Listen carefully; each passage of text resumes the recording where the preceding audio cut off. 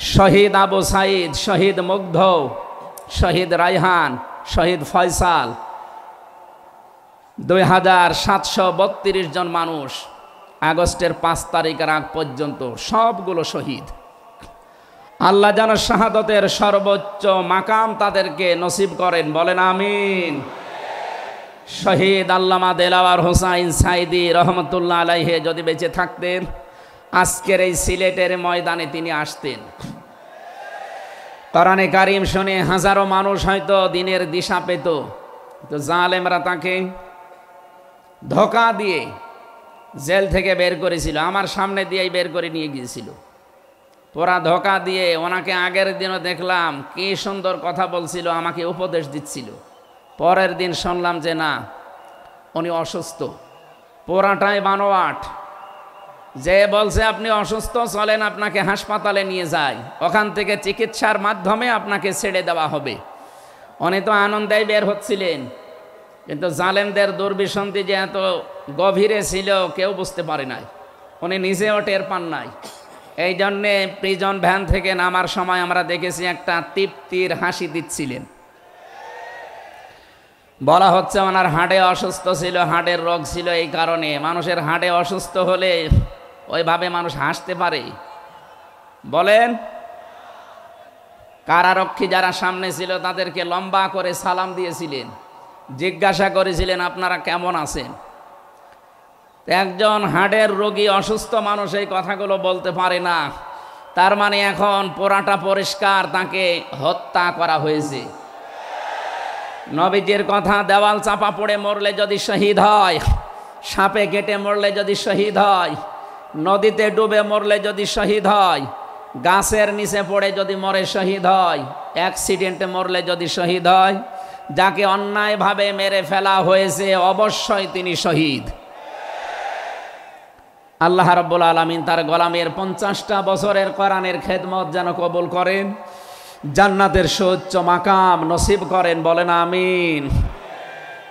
আজকে তার সন্তানও আসবে, কলিজার টুকরা সন্তান আলহাজ শামীম বিন সাইদি অলরেডি চলে এসেছে। ও গতকাল শেষ হয়ে গেছে। আমাকে সিলেট পর্যন্ত আনার পেছনে আপনাদের যে সমস্ত মানুষগুলো ভূমিকা পালন করেছে, আমার শ্রদ্ধাভাজন উস্তাজ, ইসলামিক চিন্তাবিদ, শিক্ষাবিদ আলহাজ মাওলানা আব্দুস সালাম আল মাদানী, আতালাল্লাহু উমরাহু ওয়া বারাকাল্লাহু ফি হায়াতি, সকলে বলেন আমিন। আমরা যে কথা বলতে চাই, কোরআন আমরা শুনতে এসেছি, আমরা মানুষ। ওয়ালাকাদ কাররামনা বানি আদম, আমি বনি আদমকে সম্মানিত করেছি। অথচ এই সম্মানিত সৃষ্টির অসম্মান করার জন্য এই 15.5 বছরে অনেকেই সিনিমিনি খেলছিল। আল্লাহ তাদের সমস্ত কাজকে নস্যাৎ করে দিয়েছেন। কোরআনের ভেতরে আমরা জেনেছি, কোন জালেম যদি চেয়ারে বসে তাহলে সর্বপ্রথম 2টা কাজ করে। সূরা নমলের 34 নম্বর আয়াতে আল্লাহ দলিল দিয়েছেন, ইন্নাল মুলুকা ইযা দাখালু ক্বরিয়াতান আফসাদুহা ওয়া জাআলু আইজ্জাতা আহলিহা আদিল্লা ওয়া কাযালিকা ইয়াফআলুন।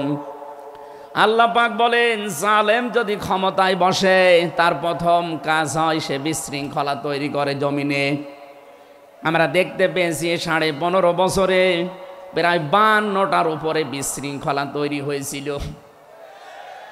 2 নম্বরে ওয়াজাআলু আইজ্জাতা আহলিহা আদিল্লা, ওই দেশের যারা সম্মানিত নাগরিক, সম্মানিত মানুষ যারা, তাদেরকে সে অপমান করে, অপদস্থ করে। এই দেশের সবচাইতে সম্মানিত মানুষ যারা আমরা দেখতে পেয়েছি তারা আলেম, অথচ এই বাতিলের টার্গেটই ছিল আলেমরা। এই যারা সম্মানিত মানুষদের যারা সম্মান করে, অপদস্থ করে, তাদেরকে হেয় প্রতিপন্ন করে, এটা জালেমদের 2 নাম্বার কাজ। তার মানে কোরআনের এই আয়াত অনুযায়ী প্রতীয়মান হয় যারা ছিল এরা জালেম। জবান খুলে বলেন এরা কি?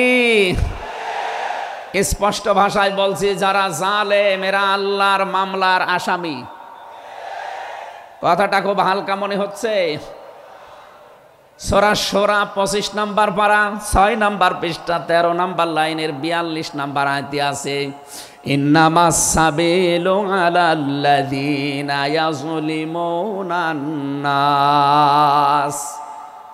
আল্লাহ পাক বলেন, অবশ্যই আমি নিজে মামলা দায়ের করব তাদের বিরুদ্ধে যারা মানুষ হয়ে মানুষের উপরে জুলুম করে। আল্লাহ ইয়াজলিমুন আল মুসলিমুনা দেননি, ইয়াজলিমুনান নাস দিয়েছেন। ইয়াজলিমুন শব্দটা মোজারে, আরবি গ্রামার অনুযায়ী এটা বর্তমান, ভবিষ্যৎ, প্রেজেন্ট, ফিউচার, দুইটা কাল নিয়ে শব্দ গঠন করা। তার মানে এখন যারা এ পৃথিবীতে মানুষ হয়ে মানুষের ওপরে জুলুম করছে, ভবিষ্যতেও যারা করবে, তাদের কিছু পরিণতির কথা আমরা কোরআনে জেনেছি। রব্বুল আলামিন জানিয়েছেন সূরা নমলের 52 নম্বর আয়াতে, ফাতিলকা বুয়ুতুহুম খাবিয়াতাম বিমা যালামু। হে নবী, একটু তাকান জালেমদের এই বাড়ির দিকে। এই সেই ঘরগুলো, জুলুম করার কারণে ঘর আমি আজ পরিত্যক্ত বানিয়ে দিয়েছি, জনশূন্য করে দিয়েছি, উজাড় গৃহ বানিয়ে দিয়েছি। সিলেটবাসী, আয়াতটা যে কত বাস্তব, যদিও এটা লূত নবী আলাইহিস সালামের উম্মতদেরকে ইশারা দিয়ে আল্লাহ নাজিল করেছিলেন। তা আমার আয়াতটা পড়ার পর, ব্যাখ্যা বিশ্লেষণ দেখার পরে মনে হচ্ছে 2024 সালের 5 আগস্টের বিকাল বেলা আল্লাহ আবার নাজিল করেছেন। আল্লাহ যেন তার কুদরতি আঙ্গুল দিয়ে দেখাচ্ছেন, এই সেই ঘরগুলো খাবিয়াতান, আমি জনশূন্য করে দিয়েছি, পরিত্যক্ত বানিয়ে দিয়েছি, বিমা যালামু, জালেমদের জুলুমের কারণে। এর বাস্তব প্রমাণ আমি কুষ্টিয়ায় হানিফ সাহেবের বাড়িটা দেখতে পেয়েছি। বিকাল 5টা বাজতে বাজতে মানুষ বাড়ি না ইট পর্যন্ত রাখে নাই, পায়খানার প্যান পর্যন্ত খুলে নিয়ে চলে গেছে। এতটুকু আল্লাহ শেষ করেননি, এর পরের শব্দ আমাদের জন্য। আল্লাহ তাআলা জানিয়েছেন বিমা যালামু, জালেমদের জুলুমের কারণে ওই জায়গা পর্যন্ত আল্লাহ অভিশপ্ত বানিয়ে দেয়। বাংলাদেশের 630টা থানা, কম বেশি প্রায় জায়গায় আমার যাওয়া হয়ে গেছে। আমি দেখতে পেয়েছি জালেমদের কোনো চিহ্ন অন্তত এদেশে আর নেই। ফাকতিয়া দাবিরুল কওমিল্লাযিনা যালামু, আল্লাহ বলেন জালেমদের শিকড় কাটা হয়ে গেছে। কতিয়া এটা মজহুল, এর ফাইল বা কর্তা জানা নেই। আল্লাহ বলেন জালেমদের শিকড় কাটা হয়ে গেছে, কে কেটেছে জানা নেই। সারা দেশে জালেমদের বাড়ি ঘরগুলোর দিকে এখন একটু তাকান। আমি তো যেই কয়টার দিকে তাকালাম দেখি মানুষ 8-9 জন 10 জন করে যায়, কেউ এদিকে কেউ এদিকে কেউ এদিকে, সব মনে হচ্ছে জামাতবদ্ধ টয়লেট চলছে। আল্লাহ জালেমদের বাড়ি পর্যন্ত অভিশপ্ত এমনি করে নাই, আমাদেরকে শিক্ষা দিতে চেয়েছেন এটা। এদের এত বড় শিকড় যদি সমূলে আমি উপড়িয়ে ফেলতে পারি, ইন্না ফি যালিকা লাআয়াতাল লিকওমিন ইয়ালামুন। এখানে লামে তাকিদ আছে, এখানে কত আলেম বসে আছে, শব্দ শুরুই করেছেন আল্লাহ ইন্না দিয়ে, মাঝখানে লামে তাকিদ দিয়েছেন। আল্লাহ পাক বলেন অবশ্যই এর ভেতরে শিক্ষা আছে, কাদের জন্যে? যারা জ্ঞানী সম্প্রদায়। সুতরাং এটা যেহেতু রেকর্ড হয়, সারা বাংলাদেশে কালকে ছড়াবে। সবাইকে উদ্দেশ্য করে বলছি, জালেমদের এত বড় শিকড় যদি আল্লাহ কেটে ফেলতে পারে, আগামীতে যারা চেয়ারে বসবেন ক্ষমতায়, তারা খুব চিন্তা ভাবনা নিয়ে রাষ্ট্র চালাবেন, আপনার দ্বারা যেন জনগণের ওপরে জুলুম হয়ে না যায়। যদি আপনার দ্বারা জুলুম হয়, আগামী 5 বছর পরে আপনার বাড়িও দেখবেন শ্মশান হয়ে গেছে। আমি আশা করি আমার বক্তব্য আপনারা বুঝেছেন, এবং রেকর্ড হওয়ার পরে যারা শুনবে তারাও বুঝবে। আমি এটা বলতাম না, আমি দেখতে পাচ্ছি কিছু মানুষ ইদানিং উলট পালট কথা বলছে, এ কারণে আমি ইঙ্গিত দিলাম। এখনই যদি আপনি এরকম কিছু বলেন, কিছুদিন পরে বলতে পারেন না গতকালকে এক নেতা এইটা জানিয়েছে যে 15 বছর তো কোরআনের অনুষ্ঠানে অনুমতি লাগতো, আমরা যদি আসতে পারি অনুমতি দেব না। তা আপনি এ কথা বলবেন আমরা জানি, তা কিছুদিন পরে বলতে পারলেন না, আগেই বলে দিলে মানুষ তো সব জেনে ফেলবে। এই জন্যে আমার মনে হয় আপনি ভুল করে ফেলেছেন। আপনি আস্তাগফিরুল্লাহ বা তওবা করে নেবেন, থুক্কু এরকম কিছু দিয়ে অন্তত ফিরে আসবেন যে না, এটা এখন আমি বলবো না, কিছুদিন পরে বলবো। মানুষকে আল্লাহ সম্মান দিয়েছেন, সেই মানুষের উপরে যারা জুলুম করে তারা আল্লাহর কেসের আসামি। পুলিশের কাজে বাধা দেন, পুলিশ বাদী মামলা হবে। আর যারা মানুষ হয়ে মানুষের উপরে জুলুম করে তারা আল্লাহবাদী মামলার আসামি। আল্লাহ কিন্তু ইয়াজলিমুন আল মুসলিমুনা দেননি, যে মুসলমানদের উপরে যারা জুলুম করে ইয়াজলিমুনা নাস দিয়েছেন। বলেন তো হিন্দু কি মানুষ না? আরো আসতে বলেন। এই যে বাইরের দেশের যে সমস্ত আন্তর্জাতিক রিপোর্টগুলো আছে, ভয়েস অফ আমেরিকা এবং মাইক্রোসফট, সব খ্রিস্টানরা ইহুদিরা এরা চালায়। এরা রিপোর্ট দিচ্ছে সারা বিশ্বের 257টা দেশের ভেতরে সবচাইতে নিরাপদে সাম্প্রদায়িক সম্প্রীতি নিয়ে বাস করছে বাংলাদেশের মানুষ। অথচ এই 54 বছর মিথ্যাচার করে বিশ্বের মোড়লদের কাছে আমাদেরকে অনেকেই কালার করার চেষ্টা করেছে। তারা এতদিন মানুষকে শুনিয়েছে বাংলাদেশে সংখ্যালঘু নির্যাতন হয়, এটা তাহা মিথ্যা কথা। যারা এটা ছড়িয়েছেন সারা বিশ্ব তাদেরকে এখন ধিক্কার দিচ্ছে, ঘৃণা জানাচ্ছে। তারা বলছে এই বাংলাদেশ নিয়ে যারা মিথ্যাচার করছে ওদের জন্মটাই মিথ্যার উপরে।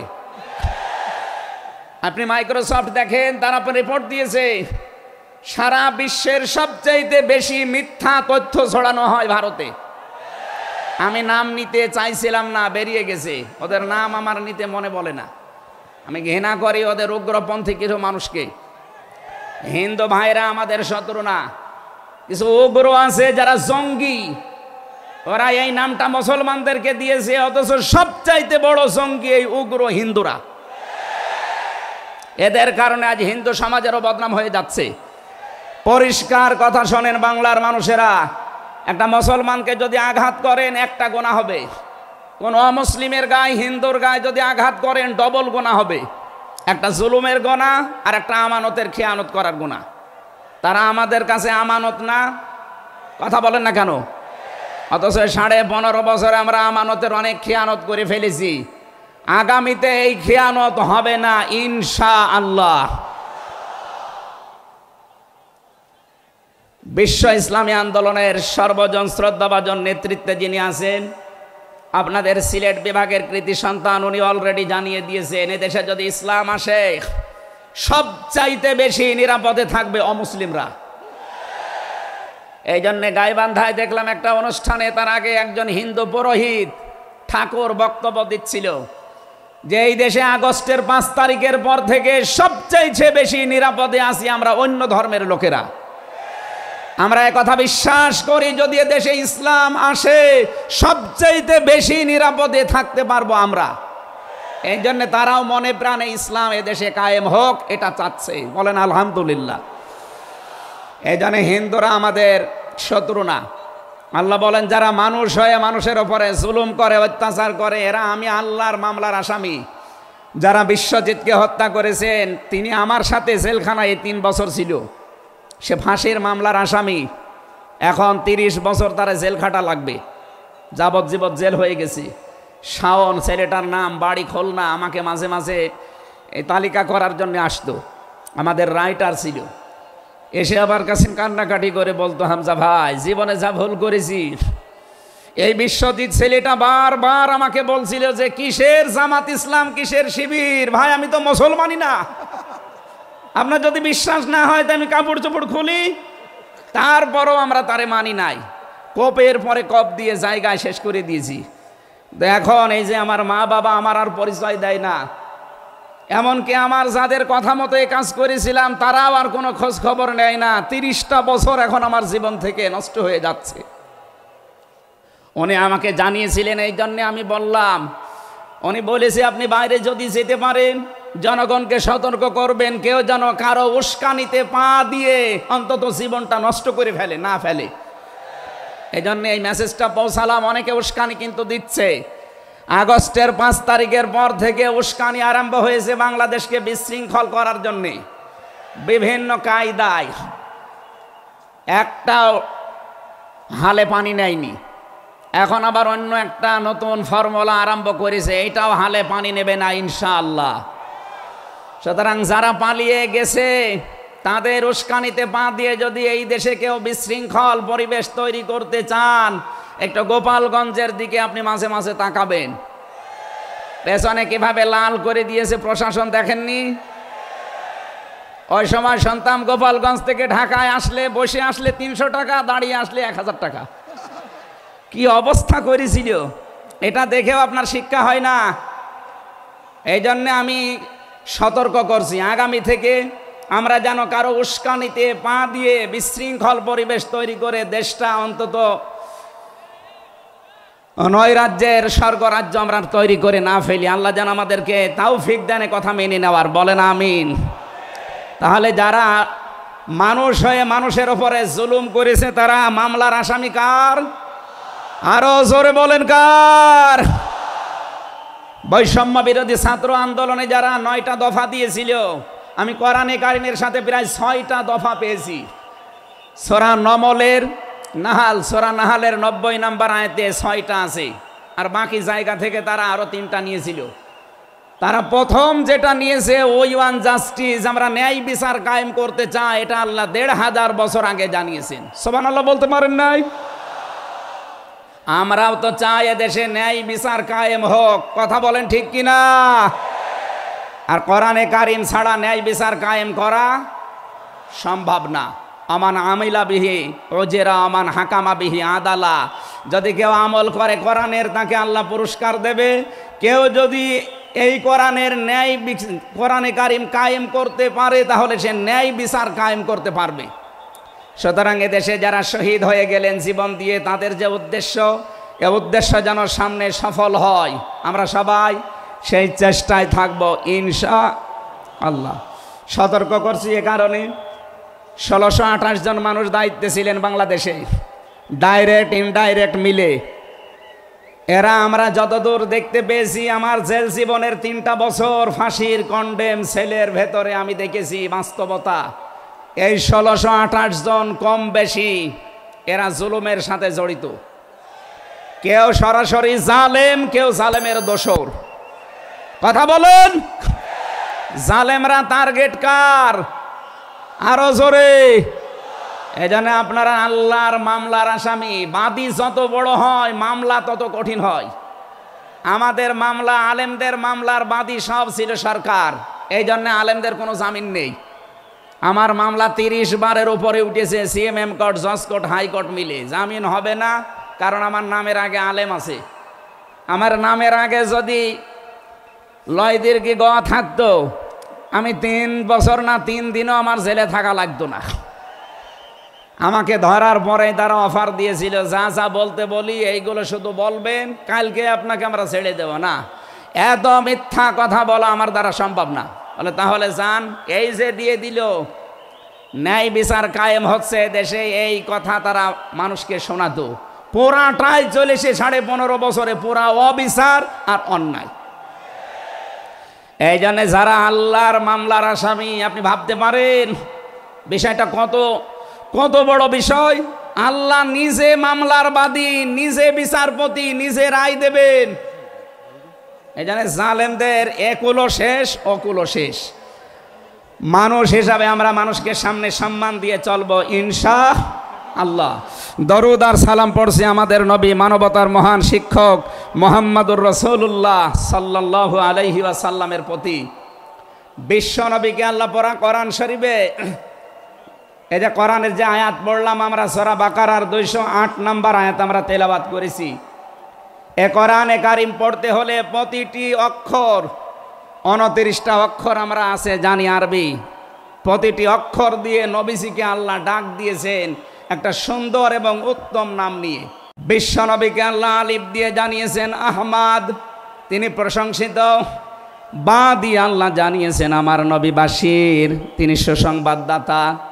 তা দিয়ে আল্লাহ জানিয়েছেন আমার নবী মুত্তাকি, তিনি পরহেজগার।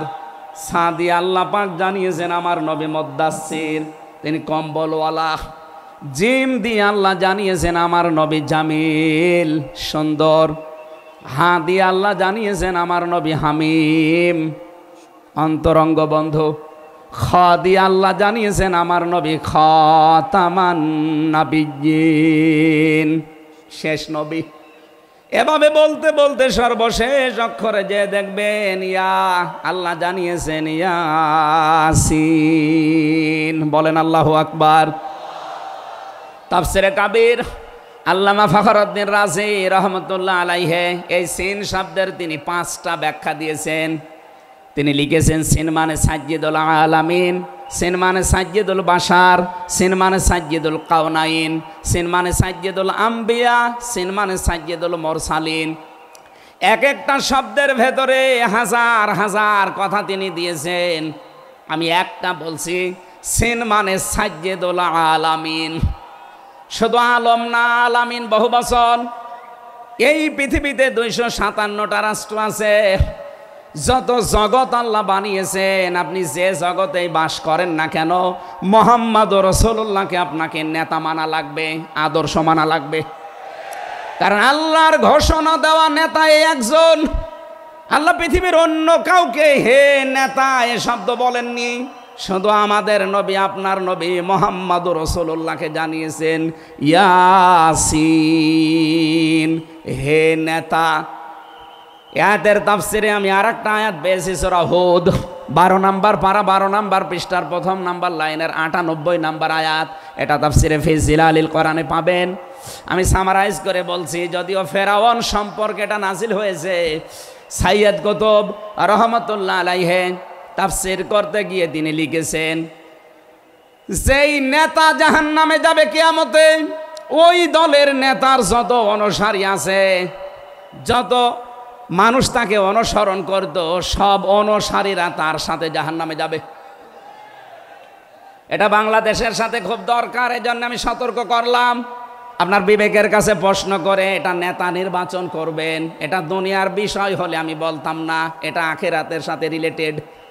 যার নেতা ঠিক নেই, ওই নেতা যদি জাহান্নামে যায়, ইয়াকদুমু কওমাহু ইয়াউমাল কিয়ামাতি ফাআওরাদাহুমুন নার ওয়া বিইসাল বিরদুল মাওরুদ। জোরে বলেন আল্লাহু আকবার। সিলেটবাসী, সারা বাংলাদেশ এখন আমার সামনে, এই যে দেখতে পাচ্ছেন না, সারা বাংলাদেশে ছড়াইয়া যাচ্ছে। যাদের নেতা ঠিক নেই, আদর্শ ঠিক নেই, এক্ষুনি আপনি তওবা করে ঠিক করবেন। সত্যি বলছি, যাদের নেতা ঠিক নেই, ওই নেতা যদি জাহান্নামে যায়, আল্লাহর কসম আপনাকে ওর সাথে জাহান্নামে যাওয়া লাগবে। নেতৃত্ব দেওয়ার জন্য গুণ বললাম কয়টা? বলেন বলেন। আপনি সূরা বাকারার 247 নম্বর আয়াতটা দেখবেন। ক্বালা ইন্নাল্লাহা আসতাফাহু আলাইকুম ওয়া যাদাহু বাসতাতান ফিল ইলমি ওয়াল জিসম ইলা আখিরি আয়া। আল্লাহ নিজে জানিয়েছেন, এই পৃথিবীতে কেউ যদি নেতৃত্ব দিতে চায়, তার 1ম নাম্বারে জ্ঞান লাগবে। জোরে বলেন, কি লাগবে? আপনি যাকে মেনে চলেন, যার না নেতৃত্ব মানেন, বলেন তো সে জ্ঞানী আপনার দৃষ্টিতে মনে হয়? যে লোকটা কথা বলতে পারে ঈদুল ফিতরের জানাজার নামাজ আগামীকাল অনুষ্ঠিত হবে, ওর জ্ঞান কেমন আপনি টের পাচ্ছেন না? এই কথা বলে না কেন? এই জন্য নেতৃত্ব সামনে কেউ দিতে চাইলে তাকে জ্ঞানী হওয়া লাগবে, আসমানের জ্ঞানী হওয়া লাগবে। যাবতীয় জ্ঞান, জাগতিক জ্ঞান তো লাগবেই, মাস্ট বি। এইটার জ্ঞান লাগবে। কোনটার বলেন? 2 নম্বরে আমি বেশি নেতা হওয়ার জন্য লাগবে। কেউ যদি সীমা লঙ্ঘন করে, কথাবার্তায় কাছে কামে, সে নেতৃত্ব দেওয়ার যোগ্যতা হারিয়ে ফেলে। এটা সূরা শুআরার 152 নম্বর আয়াতে পাবেন। বাংলাদেশে আমরা এই কয়েকদিন ধরে দেখতে পাচ্ছি ডক্টর মিজানুর রহমান আজহারি, উনি একটা ইঙ্গিত দিয়েছেন, আর কেউ কেউ তার এই কথাটা ধরে মাথার কল্লা পর্যন্ত 10 লাখ টাকা ঘোষণা দিয়ে দিয়েছে। আপনার এত টাকা যে একজন মানুষের মাথার দাম আপনি 10 লাখ ঘোষণা দিয়ে দিলেন, তাও আপনি একজন পীর। এটাকে পীর না শয়তান? দুদককে বলবো, যারা 10 লাখ টাকা মানুষের মাথা ঘোষণা দিতে পারে তার টাকা আছে কত আপনারা খোঁজ নিন। কথা বলেন না কেন? এই পীরগুলোকে আমরা মানুষকে 50,000, 5 লাখ, 10 লাখ টাকার কম্বল বিতরণ করতে দেখি না এই শীতে। তারা মানুষের মাথা চায় 10 লাখের বিনিময়ে। কি হয়েছে? সে একটা অসংলগ্ন কথা বলেছে এই কারণে। আপনি 2 ঘন্টা কথা বলেন তো আমি আপনার 50টা ভুল ধরবো। আমরা 1.5 ঘন্টা 2 ঘন্টা কথা বলে একটা স্লিপ অফ টান হলে সেইটা নিয়ে এই যে কেরামান কাতিবিন উনি একটা কি বলতেছে বলে ফেলেছে। আরে ভাই, আমাদের বয়সই কত? আমার বয়স এখন 33, মিজান ভাই আমার 5 বছরের বড় মাত্র। সব মিলে নাই তার 38-40 বছর হবে। এখনো তো নবুয়তের বয়সে আমরা পাইনি। কথা বলে না কেন? নবীকে আল্লাহ 40 বছরের আগে নবুয়ত দেয়নি। আমরা তো সে বয়সে এখন মানে পার হতে পারিনি। 2-1টা কথা এদিকে ওদিকে হলে আপনারা মাথা 10 লাখ টাকা। মাথা কি এত ফ্রি? বলেন। কেউ কেউ অলরেডি আবার বলেছে এরা ধর্ম ব্যবসায়ী। এই কথা যেই লোকটা জানিয়েছে মিজানুর রহমান আজহারীর নাম নিয়ে যে এটা ধর্ম ব্যবসায়ী, আপনার ঈমান চলে গেছে। কারণ মিজানুর রহমান আজহারীর নামের আগে একজন আলেম লেখা আছে, আল উলামা ওয়ারাসাতুল আম্বিয়া, আলেমরা নবীর ওয়ারিস। এই কথা বলেন না কেন? অনেক বড় দায়িত্ব তার মাথার উপরে। নবী যে জানিয়েছেন আনা খাবাল খাতামান নাবিয়্যিন লা নাবিয়্যা বাদি, আমি শেষ নবী, আমার পরে কোনো নবী নেই। এ কথার ভেতর একটা ইঙ্গিত আছে, নবী শেষ, তারপরে নবী নেই। অথচ আদম নবী থেকে শুরু করে হযরতে ঈসা নবী পর্যন্ত আমরা দেখেছি এক নবী শেষ হওয়ার পরে আর এক নবীর উপরে এ দায়িত্ব এসে পড়তো। উম্মতের দায়িত্ব ভার নবীরা নিত, কিন্তু এখন তো নবী নেই। যেহেতু ওনার ঘোষণা আমার পরে আর কোনো নবী নেই, আমি শেষ নবী, এই হিসাবে নবীজি জানিয়েছেন আল উলামা ওয়ারাসাতুল আম্বিয়া, আমি থাকবো না কিন্তু আলেম থাকবে, এরাই আমার ওয়ারিস, এরাই আমার স্থলাভিষিক্ত। নবীর উপরে কথা বললে যেমন আমল আখলাক আল্লাহ নষ্ট করে দেয়, আলেমদের বিরুদ্ধে আলেমদের উপরে কারো যদি কথা যায় তার পেছনের আল্লাহ সব নষ্ট করে দেবে। অহম লা ইয়াশউরুন, কখন যে নষ্ট হয়ে যাবে আপনি টেরও পাবেন না। এই জন্যে সীমা লঙ্ঘন করা যাবে না কথা এবং আচরণে, আপনারা সাবধান থাকবেন। যারা এই সীমা লঙ্ঘনগুলো করছেন কাদের ইঙ্গিতে করছেন আমরা কিন্তু জানি। মাঝে মাঝে দাদারা এসে আপনাদের কান পড়া দিয়ে যায় আর আপনারা তখন উল্টা পাল্টা কথা বলতে থাকেন। কেউ না জানলে দেশের আলেমরা কিন্তু আগেই টের পায়, কারণ এরা তাহাজ্জুদের নামাজের সেজদায় আমার আল্লাহর সাথে কথা বলে। কথা বলেন না কেন?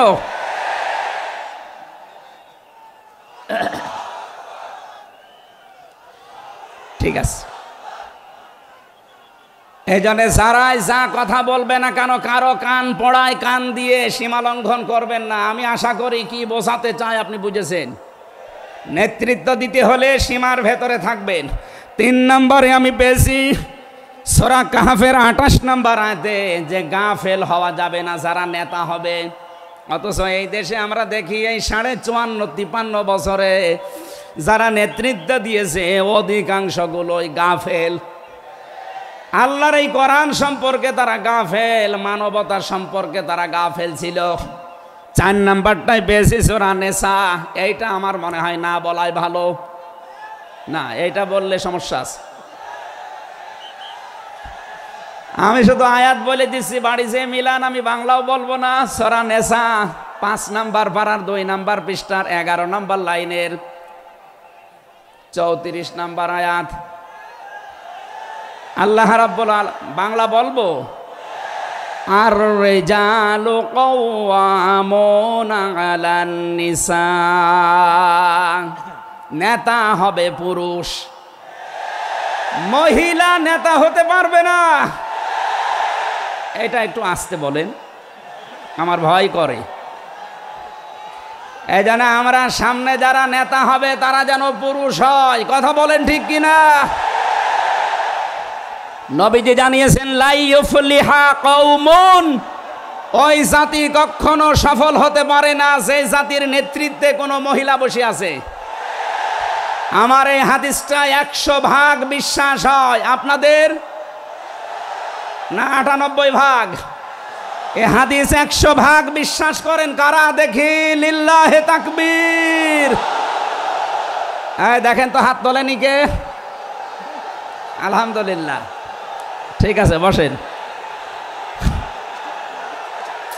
বসেন বসেন, তাফসীর মাহফিলে বসেন।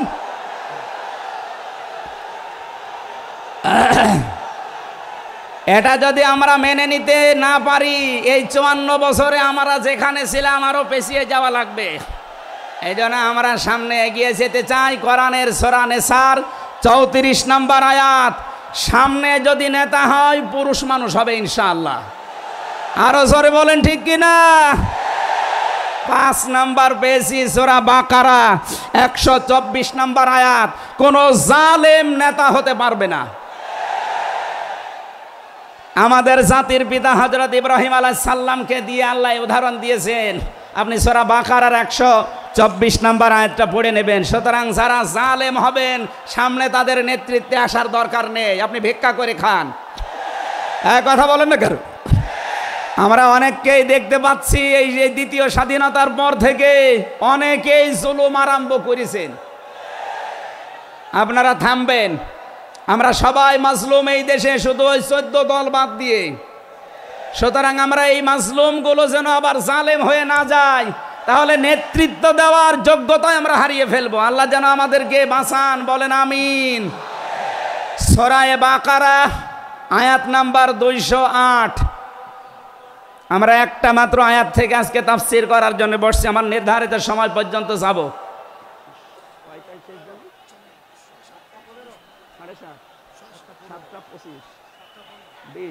ঠিক আছে, জবান খুলে দিয়ে আগে পড়ে না, আউযু বিল্লাহি মিনাশ শাইতানির রাজিম, বিসমিল্লাহির রহমানির রহিম, ইয়া আইয়ুহাল্লাযীনা আমানু দুখুলু ফিস-সিলমি কাফা। এ পর্যন্ত থাক। যেহেতু ডক্টর মিজানুর রহমান আজহারি আর 20-25 মিনিট পরে চলে আসবে, এই জন্য আমরা এ পর্যন্ত থাক। 3 ভাগের 1 ভাগ আমরা পড়লাম। সূরা বাকারা আল্লাহ তাআলা ডাক দিয়েছেন ইমানদারকে। কাকে বলেন তো? আমরা ইমানদার না বেঈমান? ইমান আনার আগে একটা কাজ করা লাগে। আল্লাহর ঘোষণা, ফামাই ইয়াকফুর বিত-তাগুত ওয়া ইউমিন বিল্লাহ। কেউ যদি ইমান আনতে চায় তার প্রথম কাজ হবে সে যেন তাগুত ছেড়ে দেয়। এদিকে কি মানুষের চাপে, মানুষের চাপে এগুলো হচ্ছে নাকি? আপনারা একটু ধৈর্য ধরেন। আসলে এনাদের তো আর জায়গা নেই, আর কোথায় পাবে জায়গা? এখানে শুনলাম আসার আগে 8 থেকে 10 লাখ মানুষের ওনারা ব্যবস্থা করেছে। এরপরও বাইরে যে অবস্থা দেখলাম, কমপক্ষে 15 থেকে 16 লাখ মানুষ আজকে এই সিলেটের ময়দানে এসেছে কোরআন শোনার জন্য। আলহামদুলিল্লাহ। সম্মানিত ভাইরা, আমরা যেটা বলতে চাচ্ছি, ঈমান আনার আগে আল্লাহর নির্দেশ যে তাগুত ছেড়ে দাও, তাহলে ফাকাদ ইসতামসাকা বিল উরওয়াতিল ওয়াসকা, এমন একটা মজবুত রশি ধারণ করতে পারবা, লাং ফিসামা লাহা, যা ছিঁড়ে যাবে না। এ বাংলাদেশ সহ বিশ্বে আমরা যারা ইমানের দাবি করি, অনেকে তাগুত ছেড়ে না দিয়ে ইমান এনেছি। এজন্য বিপদ আসলে ইমান আর টেকে না। পক্ষান্তরে যারা তাগুত ছেড়ে দিয়ে ইমানের দাবি করতে পেরেছে, এই মানুষগুলোর ইমানের যত পরীক্ষা হয় তাদের ইমান তত মজবুত হয়। শহীদ আল্লামা দেলাওয়ার হোসাইন সাঈদী তার 1 নম্বরে প্রমাণ। কথা বলেন না কেন? 13টা বছর জীবনে একটা ঘরে কাটিয়েছে, তারপরও তিনি মাথা নত করেন নাই। কারণ তাগুত ছেড়ে দিয়ে ইমান এনেছিলেন। তাগুত ছেড়ে না দিয়ে যদি ঈমান আনতেন তিনি টিকে থাকতে পারতেন না। আমি বহু মানুষ জেলে দেখেছি, বহু আলেমকে দেখেছি, তারা টিকে থাকতে পারে না, আল্লাহকে পর্যন্ত দোষারোপ করে। ডক্টর শফিকুল ইসলাম মাসুদ দেলাওয়ার হোসেন শিবিরের সাবেক সভাপতি, নাম নিয়ে বলছি এই কারণে, এই মানুষগুলো ঈমান এনেছিল তাগুত ছেড়ে দিয়ে। দেলাওয়ার ভাইকে তার গরম করে লজ্জাস্থানে ঢুকিয়েছে, পুরুষাঙ্গ নষ্ট করে দিয়েছে। 57 দিন লোকটা রিমান্ডে ছিল, তারপরও টলাতে পারে না জালেমরা। কিন্তু যারা ঈমান এনেছে তাগুতের সাথে মিল মহাব্বত রেখে, আপনি তাকান আগস্টের 5 তারিখের পরে তারা অনেকেই বেঈমান হয়ে গেছে। জাতীয় মসজিদের সাবেক ইমাম, কথা বলে না কেন, 5 তারিখের পরে পালিয়েছে, পৃথিবীর ইতিহাস পাল্টিয়ে দিয়েছে। জাতীয় মসজিদের ইমাম পালিয়ে যায়, এটা একটা লজ্জা না? এমপিরা নাই পালিয়ে গেল, আপনি কেন পালাবেন? কিছুদিন পরে জোর করে এসেছিল ইমামতি আবার করব, জনগণ জুতা দিয়ে পিটিয়েছে। পরের দিন স্ট্যাটাস দিয়েছে, জনগণ জুতা দিয়ে পিটিয়েছে, তাই কি আমার গায়ে লাগেনি। মানুষ কত নিচে নামতে পারে।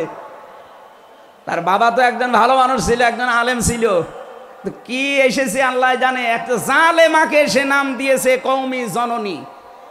এই নামটা যেই দিন দেয় সেদিন জেলখানায় ওনার নামে বদদোয়া হয়েছে। মাওলানা মামুনুল হক সহ যত আলেম ছিল আমরা এক জায়গায়, ওনারা বলছিল যে করল কি হেফাজত ইসলামের 13 সালে এতগুলো মানুষ হত্যাকারী যার হাতে রক্ত লেগে আছে, আর সেই লোকটাকে নাম দিয়ে দিল কওমি জননী। আমাদের মাথা কাটা গেল।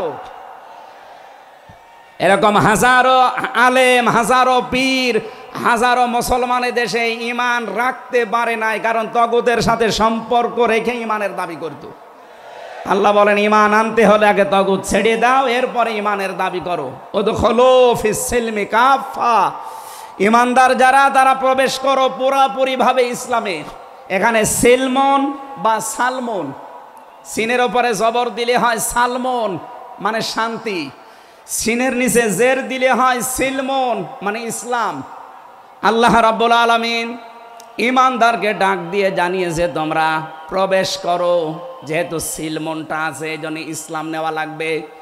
আমি যতগুলো তাফসীর বিশ্ববিদ্যালয়ে থাকাকালীন মিলিয়েছিলাম এই সিলমন দিয়ে।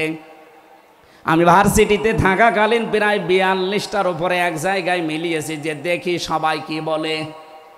প্রত্যেক মুফাসসির এখানে শান্তি না, এখানে নিয়েছেন তারা ইসলাম অর্থে তোমরা পুরাপুরি ইসলামে প্রবেশ করো। এখন আমরা যদি প্রশ্ন করি পুরাপুরি ইসলামে প্রবেশ করার অর্থ কি, কোরআন শরীফ থেকে আমরা ব্যাখ্যা বিশ্লেষণ দিয়েছি যে 5টা বিষয় যখন দেখবেন আপনার ভেতরে আছে, তখন বুঝবেন আমি পুরাপুরি ইসলামে প্রবেশ করেছি। জোরে বলেন সুবহানাল্লাহ। আমি তাফসীর থেকে যে নোটগুলো নিয়ে এসেছি তার 1 নম্বরে আপনি যখন দেখবেন যে আপনি আত্মসমর্পণ করে ফেলেছেন, 2 নম্বরে আপনার ভেতরে ইখলাস তৈরি হয়েছে, 3 নম্বরে আপনার বিশুদ্ধ আকীদা তৈরি হয়ে গেছে, 4 নম্বরে আপনার চরিত্র উন্নত হয়েছে, 5 নম্বরে আপনার লেনদেনের স্বচ্ছতা এসেছে। এই 5টা কাজ যখন আপনি দেখবেন তখন মনে করবেন যে আমি ইসলামে পরিপূর্ণ প্রবেশ করেছি। এখন বলেন তো আপনার কি 5টা কাজ পরিপূর্ণ হচ্ছে? আত্মসমর্পণ 1 নম্বরে আপনাকে করা লাগবে আমার আল্লাহর সামনে। কার সামনে? এটা দেখিয়েছেন আমাদের জাতির পিতা হযরত ইব্রাহিম। ইয ক্বালা লাহু রাব্বুহু আসলিম ক্বালা আসলামতু লিরাব্বিল আলামিন।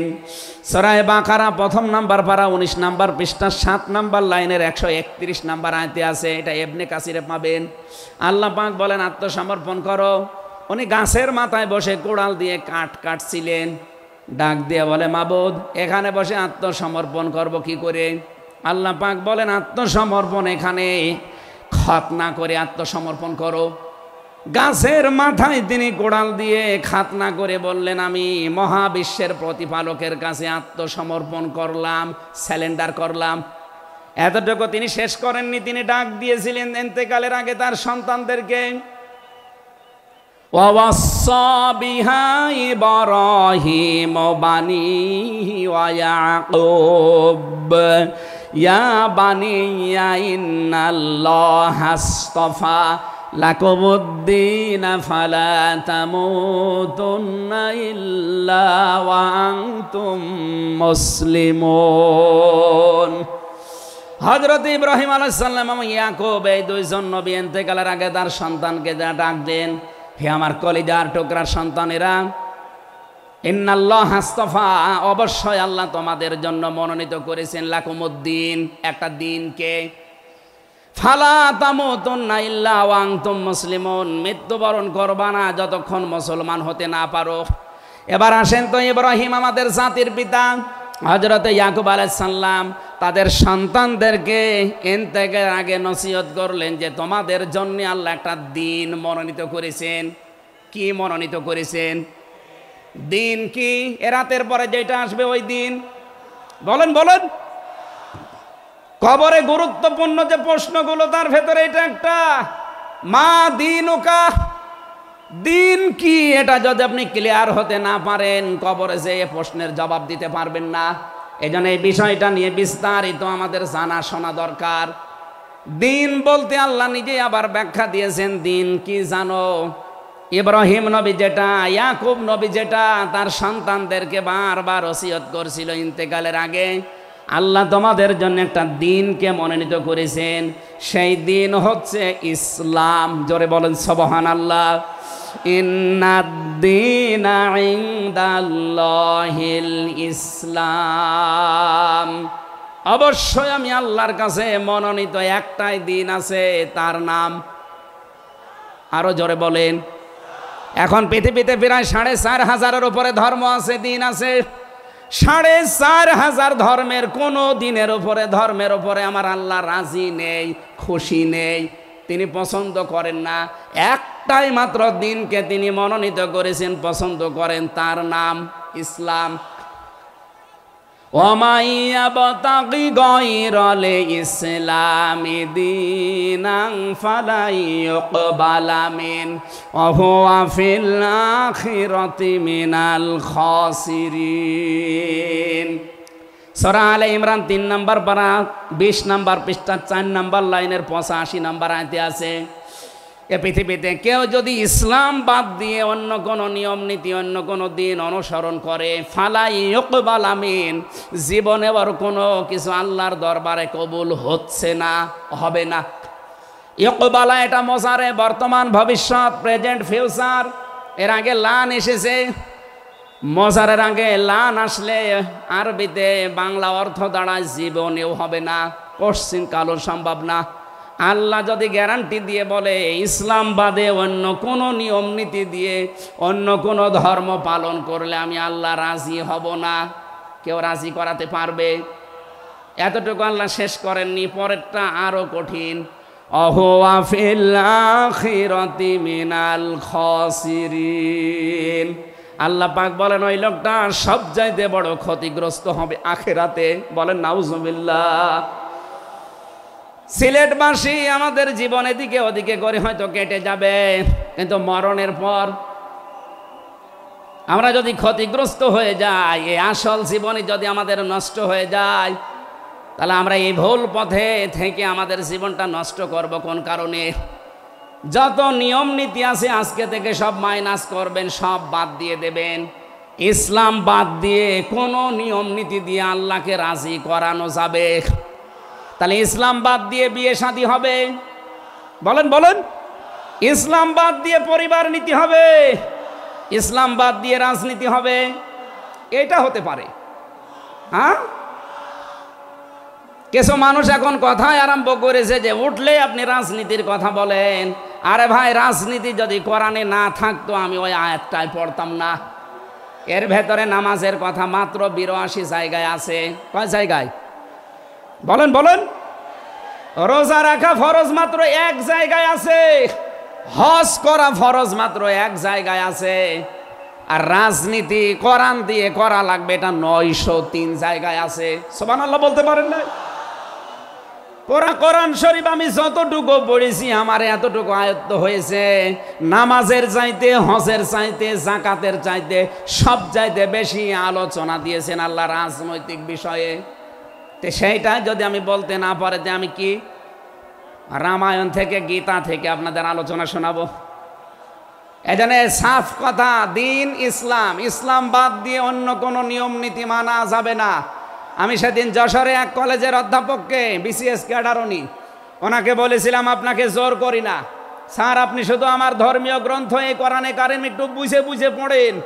3 মাস সময় দিলাম আপনাকে। 3 মাস পরে, যেহেতু জ্ঞানী মানুষ, 3 মাসের পরে দেখি মুসলমান হয়ে গেছে। এজন্য অন্য ধর্মের যারা আছেন, রেকর্ড হচ্ছে, আপনাদেরকে আমরা জোর করব না। আমাদের ধর্মে জোর নেই, লা ইকরাহা ফিদ্দিন। আমাদের ধর্মে জোর আছে, জবরদস্তি নেই, জোর নেই। এই জন্যেই তো 850 বছর এই এলাকা মুসলমানরা শাসন করেছে, একটাও মন্দির ভাঙে নাই। অথচ আমরা আমাদের প্রতিবেশী রাষ্ট্রে দেখতে পাচ্ছি এরা অনেকগুলো মসজিদ অলরেডি ভেঙে দিয়েছে, ধোয়া ধোয়া তুলে। ওরা বলছে 500 বছর আগে এখানে নাকি মন্দির ছিল।